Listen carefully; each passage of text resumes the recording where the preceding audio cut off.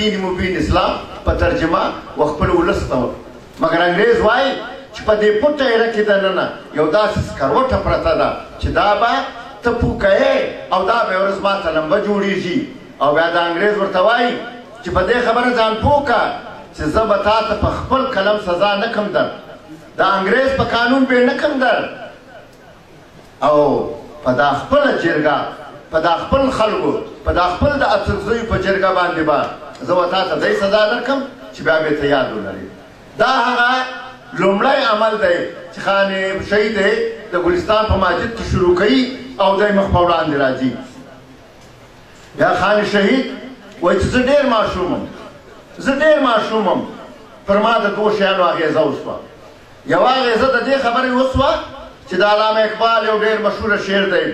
چې لب پہ آتی ہے دعا بن کی تمنا میری زندگی شم کی صورت و خدایا میری دی ترجمه کوي چې نن مې په خولې راغلی د وړوکي زړګي دغه څلی خدایه په داسې ژوند کې راکې لکه بله چې شمه وي عزیزانو بیا دی لاندې د دې په ژوند کې دا خبره کوي چې شمع په روی زمین دا هدف دی چې دا ځان سوځي شمع بل نه سوځي شمع ځان سوځي مګر تا ته رڼا درکوي اور د خان شهید د دې ژوند د دې یوې فکرې معنا چې دی وایي دا شعر به ما د ورځې 2 ځله 3 ځله 4 ځله ویل او د دې څه به زما و زړه ته دا تقویت رسېدی چې د دې څه د ایمان پختګي چې ده د دې ریاضت کوه چې په دې ستا فکر او ایمان چې دی پوخ شي نو دغه وجه وه چې خان شهید ځان د دې قام دپاره د دې ملت دپاره لکه شمع لکه ډیوه د ځان سوځی دی د موم غوندې ویلې کېدی د ده څه آه نه و د ده ژړا نه وه د ده غوغا نه وه د ده فکر نه و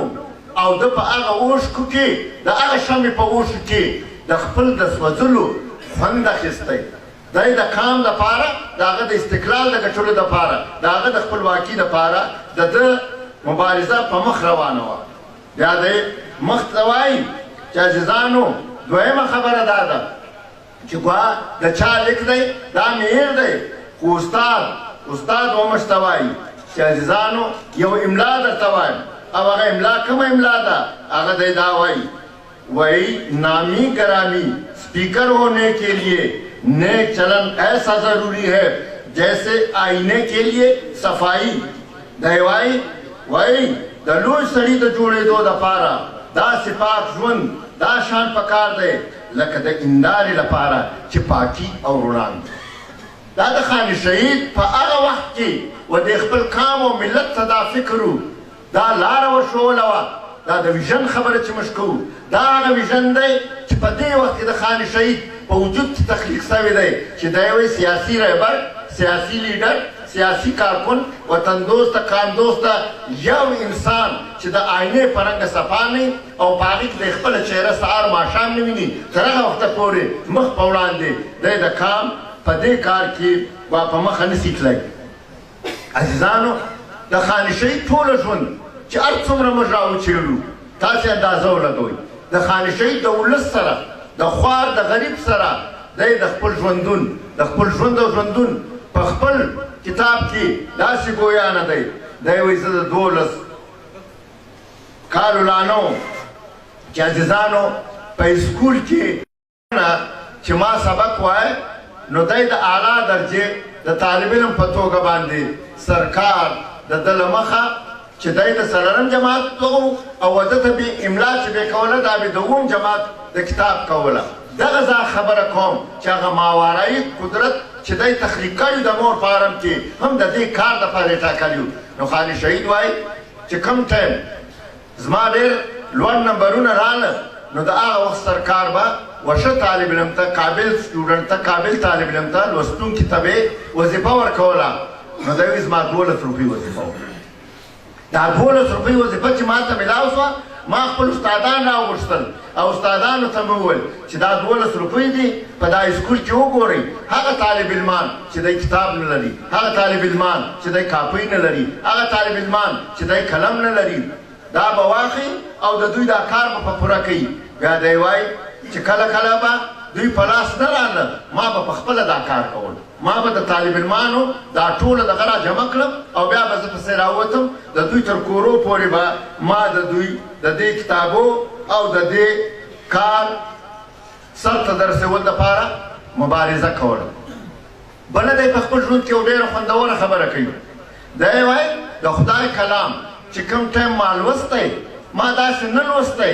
چې دا به د خلکو دپاره یو خبره درځې کوم دی ما په دې معنا لوستی چې دا زما دپاره راغلی دی دا پر ما نازل سوی دی او ما ته دا وایي چې ته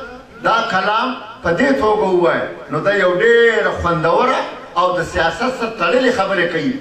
د خان شهید د ستړیا د ده د تکلیفونو د ده د کړاوونو چې نه یې پښتون ملګری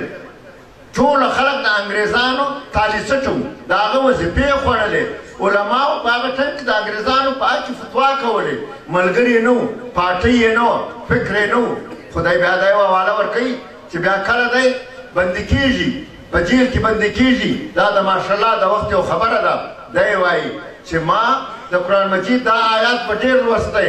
چې سوره الفیل ورته وایي پښتانه دی وایي چې پښتانه و دې ته علم ترکی وایي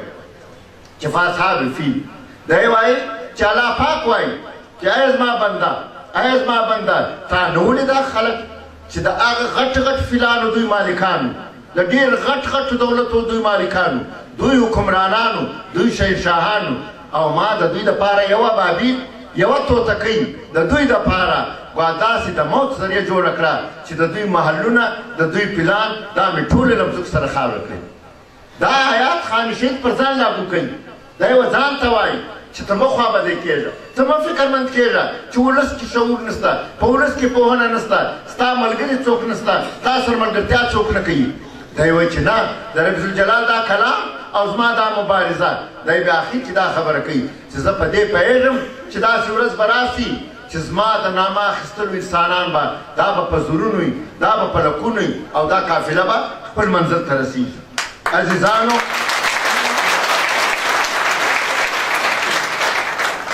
د خان شهید یوه مبارزه اړخ یې دا دی چې ده د انګریزانو په ضد د خپل وطن د ازادۍ د خپلواکۍ مبارزه د خان شهید د تنظیم اړخ څنګه دی عزیزانو خان شهید په دې خپل سوال عمري کې ګویا نه دی دی وایي ما چې هغه ټایم پارټۍ نه درلوده ما په یو ګوند کې شمولیت نه و کړی چې کوم ټایم زه 20 کلن او غازي امان الله خان له افغانستانه څخه د چمن لارې ته راغی او دی د یورپ په دوره تللی دی وایي دا هغه ورځ ده چې دلته پښتانه راغونډ سوي وو زه هم له ګلستان تللی وم 20 کلن ځوان وم څه کسان به نور وو وللته چې ما وکتل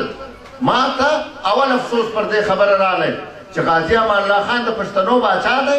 خو د پښتانه د عسکرو یو داسې درسته نسته یو داسې بټالین نسته چې دا وده ته سلامي وکړي وده ته سلامي ورکړي او ما چې وکتل د انګریزانو یو درسته ده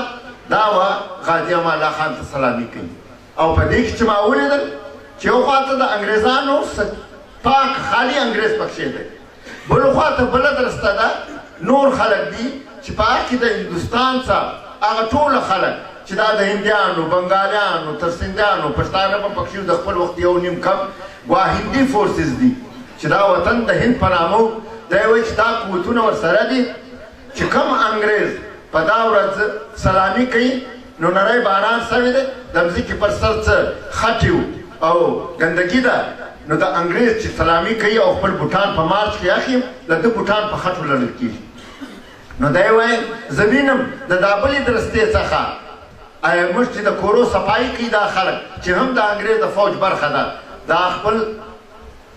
توالونه رااخلي او د دې بوټان صفا کوي یوه خبره دا وه بله خبره دا وه چې غازي امان الله خان ته دا پکار و چې دلته د پښتنو که کاکړو که اڅکزیو که ترینو که د دې وطن اوسېدونکي چې هر څوک وو هر خیل وو هر ایل وو پکار وایي د دوی 5 مشران وای دا په سلیقه درېدلې وای د غازي امان الله خان څخه خپل آله اخیستی وای خپل آل غازي امان الله خان ته ورکړی وای مګر ما ولیدل چې یو افراتفري وه یو منډې وې یو شور و نارې وې تنظیم نه و تربیه نه و